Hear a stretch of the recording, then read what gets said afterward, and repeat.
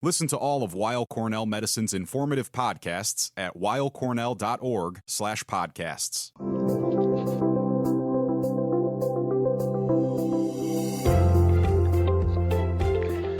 Welcome to Weill Cornell Medicine CancerCast, conversations about new developments in medicine, cancer care, and research. I'm your host, Dr. John Leonard, and today's topic will be new strategies to prevent chemo-related hair loss. My guest today is Dr. Tessa Cigler. Dr. Cigler is the clinical director of the Breast Center at Weill Cornell Medicine and NewYork-Presbyterian Hospital. She cares for patients with all stages of breast cancer and conducts research focused on improving quality of life, as well as aspects of disease treatment and prevention. Notably for today's discussion, Dr. Cigler leads several clinical trials designed to provide breast cancer patients with access to the most promising therapeutic options, and she was instrumental in the pilot study that led to the FDA approval of a novel scalp cooling system used to prevent chemotherapy-related hair loss. So, Tessa, thank you for being here today with us. This is a really important topic, obviously, for patients. I actually just left a patient talking to her about therapy, and her concerns about hair loss, understandably, were a big part of the discussion. So thank you for joining us. Oh, it's my pleasure. It's a topic that's near and dear to my heart. So I guess by way of background, how, the oncology is broad. You work in breast cancer. Obviously, this is an area that is important to patients, but perhaps is understudied. How did you kind of find yourself focusing in part in this area and working in this to try to help your patients? It's a good question. I'm a busy medical oncologist. I treat a lot of patients, and I think the focus is always getting the best outcome for the patients. And I had a young patient in the beginning of my career who needed chemotherapy for her early stage curable breast cancer. And she came to me saying, I can't, of all the side effects of chemotherapy, hair loss is the most petrifying and seems the most devastating to me, and I just can't undergo it. And she, we spoke about the risks and the problems with that, and, how we could ameliorate the situation to allow her to receive this, what I felt was life-saving chemotherapy. And she was an amazing, brilliant young woman, and she did all her research and came back to me to say, in Europe, for many years, they've been using this thing called a cold cap. And I looked at her, I must have looked at her like she had 8 heads. And it was really through her that she introduced this topic of cold caps and started us and our program on, a decade of interest and research on this topic. So obviously, this is an important issue for patients, and we're going to talk a little bit about these new strategies and how we get there and the impact on patients. But I guess the first question to introduce the background of the topic is certain chemotherapy drugs cause hair loss, certain don't. Kind of explain to our audience a little bit about why chemotherapy or certain chemotherapies cause hair loss and how that's connected to their patient therapy. Yeah, so on the most basic level, chemotherapy works by preventing rapidly dividing cells from growing. We believe that most cancers are rapidly dividing, and so that's why chemotherapy is effective against cancer cells. But hair follicles and hair cells are also rapidly dividing. And so chemotherapy is particularly toxic to those cells, which is why most chemotherapy agents are associated with hair loss. So the differences between certain drugs that don't cause it and certain do, it's just a matter of the mechanism of action of the chemotherapy primarily? Exactly. Okay.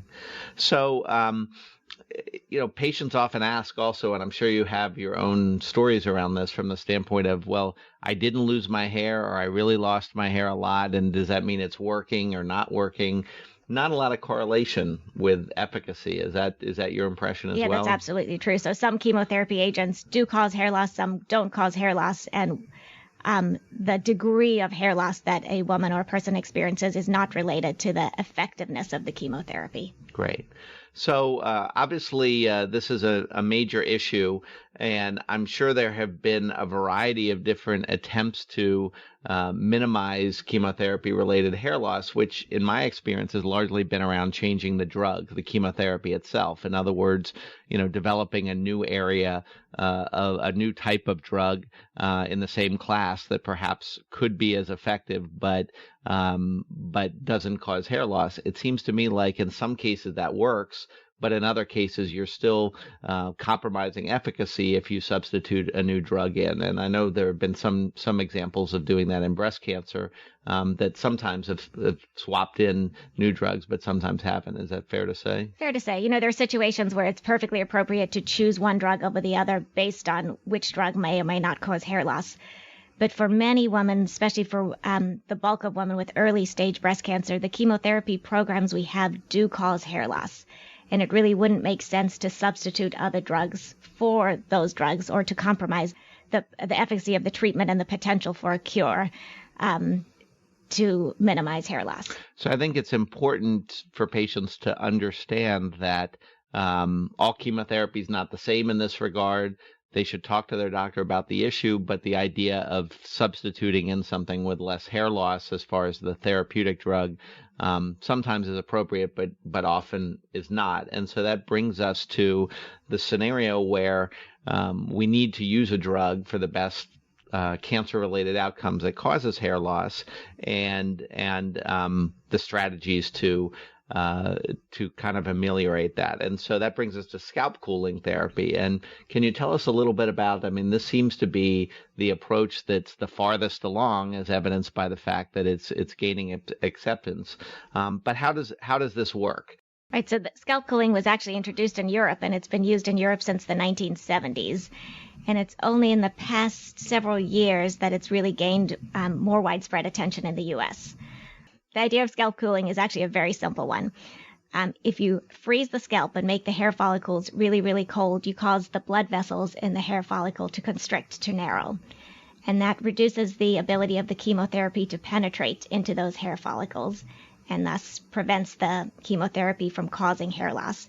And also the very cold temperatures from scalp cooling, in a sense, put the hair follicles to sleep and stop them from being able to be affected by the chemotherapy. So what does that mean practically for a patient? What does, when you're patients and you have a lot of experience with having patients go through this treatment, what on the day of treatment is kind of the practicalities of a patient in setting all this up, and how does it affect their treatment itself? Obviously, when patients are getting chemotherapy, it's a busy day, a lot of different treatments, they're anxious, they have a lot going on.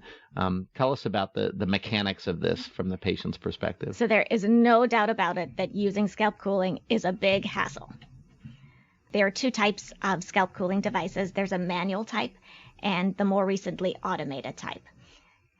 The manual type is essentially a gel cap that patients wear on their heads before chemotherapy, during chemotherapy, and after chemotherapy.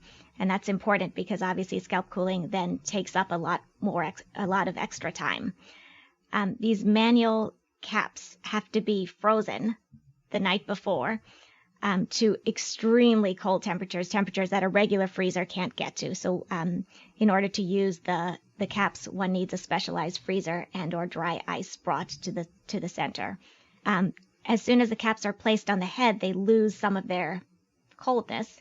And so these caps have to be replaced every 30 minutes during the treatment. So it's quite a laborious process. The caps are put on 30 minutes before treatment, rotated every 30 minutes during treatment, and worn for 2 to 3 hours after treatment. So do you have to have somebody with you that's kind of doing all of this for you? I know the nurses giving the chemo are obviously busy with making that go smoothly. How does that work for most people? Yeah, it's absolutely essential to have, we call them cappers, and that capper can be a trained individual who's used to doing it, or many of our patients have family members or friends who do it for them. Mm-hmm. The automated process is, as it sounds, much easier. It's automated. The machines are essentially caps fitted to a small refrigeration unit, and coolant is run through a hose, and that cools the cap. The machines don't require the caps to be changed at all. So a person puts it on his or her head at the start of before chemotherapy and wears it throughout. The machine versions are not nearly as cold as the caps. So, Tessa, I know that you and the Breast Center here at Weill, Cornell, and NewYork-Presbyterian have been amongst the pioneers of this. Roughly how many patients have you treated? I know you have a lot of experience with it. Gosh, we've treated hundreds of patients with scalp cooling at our center. And at this point, and we'll talk a little bit about what's the FDA has approved, but is this available at many other centers, or it's increasing, or if people are in a community center, or is this something that if they ask their doctor about, they're likely to be able to get, or is it really just in a few places at this point? It's cold cap therapy is gaining a lot of popularity and quickly around the country. But it is not nearly available everywhere. Okay. It's also not, as of yet, covered by insurance. Mm-hmm. And we're working hard to make that happen in the near future. And do you have a ballpark of the cost, roughly? Yeah, so as you can imagine, it ranges across the country and between cities.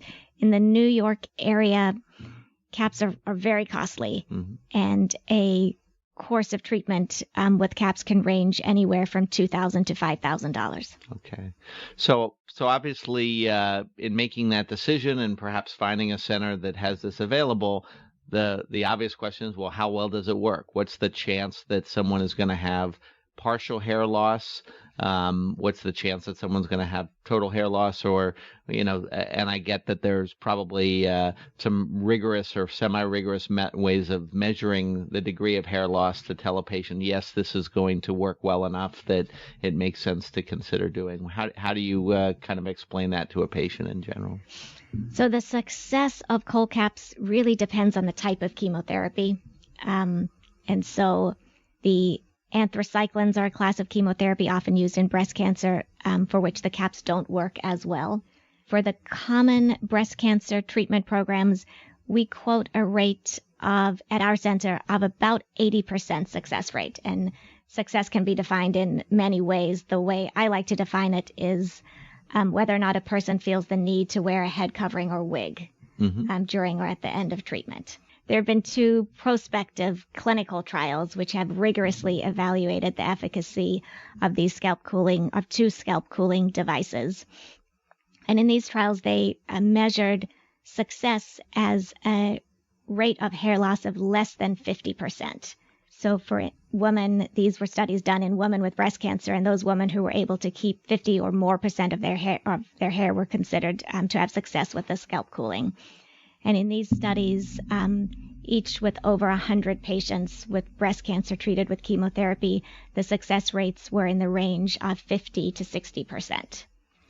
So would you say that most patients who choose to go through this are more or less happy with the results and look at it as a good experience from the standpoint of at least that part of their treatment? Or what's kind of the general feedback you get from patients on this aspect of their care? Uniformly, we've noticed that patients who choose to undergo scalp cooling, regardless of the results, are really unbelievably grateful for having had the opportunity to do that. I think being able to take control of a devastating side effect is very empowering for women. For women who are able to keep their hair during chemotherapy, it allows them to maintain their sense of self-esteem, their sense of well-being, and confidence, as well as privacy during what can be a really difficult time. Women choose to undergo scalp cooling for many reasons.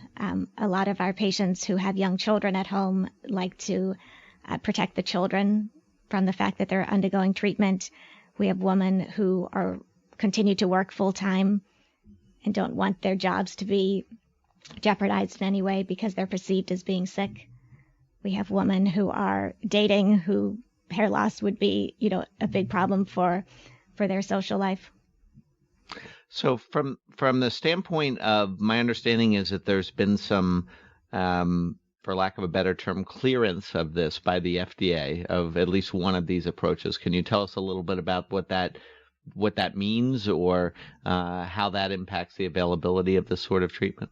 Yeah, so based on these 2 prospective studies that were published in one of our big medical journals last year, the FDA did provide clearance for 2 devices, the DigniCap and the Paxman device. First for women with undergoing chemotherapy for breast cancer, and now that clearance has been expanded to all patients with solid tumors.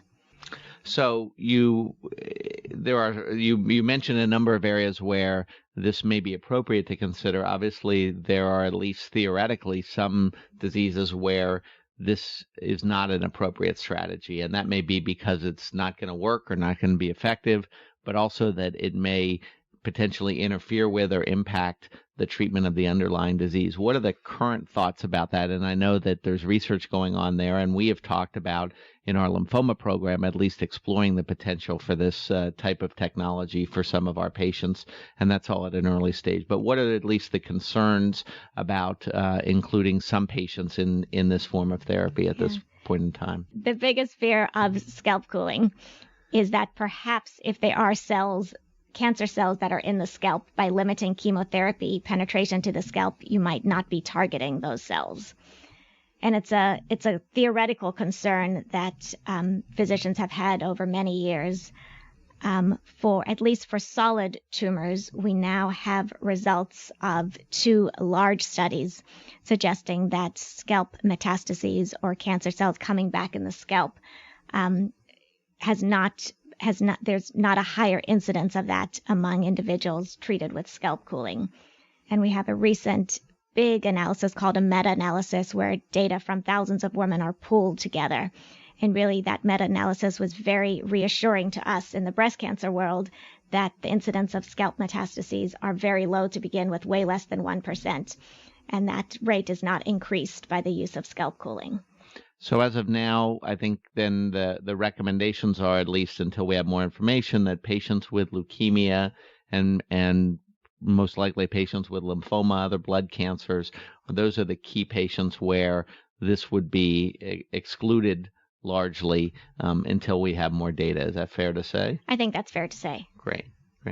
So what do you think the future is going to be from the standpoint of, obviously cancer care is evolving, our drugs are evolving, presumably we'll have more treatments that will not have hair loss as a side effect, but do you think that this is going to make its way into the mainstream more, and that more and more patients with more and more disease types will be at least candidates for this sort of therapy on a more routine basis? Absolutely. I think scalp cooling is here to stay. Scalp cooling is not going anywhere. Patients more and more are going to demand it. And I think physicians and cancer centers across the country are going to have to change their practices to allow scalp cooling to happen. Well, thanks for advancing this area. And before we wrap up, I just would, I know that a big focus of your practice and some of your research is around bringing new options to patients, supportive care, wellness, quality of life, and aspects of that in your practice at the Breast Center at Weill, Cornell, and NewYork-Presbyterian. And I'm interested to hear your thoughts just briefly on kind of what are some of the other things that you and your group are doing. Obviously, hair loss is part of, obviously a difficult part of the cancer experience, but other things that you're doing that you think can make a big difference for patients as they go through their treatment program, whether it's breast cancer or other malignancies. I think more and more, particularly in the field of breast cancer, where we have so many long-term survivors, we are focusing our attention to quality of life, both during treatment and beyond. The Cornell Breast Center has a staff that includes social workers, nurse navigators, massage therapists. We have a complementary medicine center available to patients with acupuncture and massage and, a whole host of complementary therapies to help improve their quality of life and symptoms during chemotherapy and afterwards as well. Well, I want to thank you for joining us here today. It's been really great. We've we spend a lot of time talking about how we can cure more patients, and obviously that's important, but I think helping patients through the treatment experience and making it easier and less challenging for patients to deal with some of these difficult side effects is obviously very important. And I want to thank you for sharing your thoughts on this with us today, as well as all of your work in this area. My pleasure. Thanks so much. So this concludes our episode for today. I want to invite the audience to download, subscribe, rate, and review CancerCast on Apple Podcasts, Google Play Music, or online at weillcornell.org. We also encourage you to write to us at cancercast@med.cornell.edu with questions, comments, and topics you'd like to see us cover more in depth in the future. That's it for CancerCast, conversations about new developments in medicine, cancer care, and research. I'm Dr. John Leonard. Thanks for tuning in. Are you or a loved one suffering from the painful side effects of cancer and cancer treatment? Swollen joints, back pain, and surgical complications are, unfortunately, common. Be sure to listen to our podcast about rehabilitation medicine, Back to Health. You'll learn how rehabilitation medicine can help promote wellness during and after cancer treatment. All information contained in this podcast is intended for informational and educational purposes. The information is not intended nor suited to be a replacement or substitute for professional medical treatment or for professional medical advice relative to a specific medical question or condition. We urge you to always seek the advice of your physician or medical professional with respect to your medical condition or questions. Weill Cornell Medicine makes no warranty, guarantee, or representation as to the accuracy or sufficiency of the information featured in this podcast, and any reliance on such information is done at your own risk. Participants may have consulting, equity, board membership, or other relationships with pharmaceutical, biotech, or device companies unrelated to their role in this podcast. No payments have been made by any company to endorse any treatments, devices, or procedures, and Weill Cornell Medicine does not endorse, approve, or recommend any product, service, or entity mentioned in this podcast. Opinions expressed in this podcast are those of the speaker and do not represent the perspectives of Weill Cornell Medicine as an institution.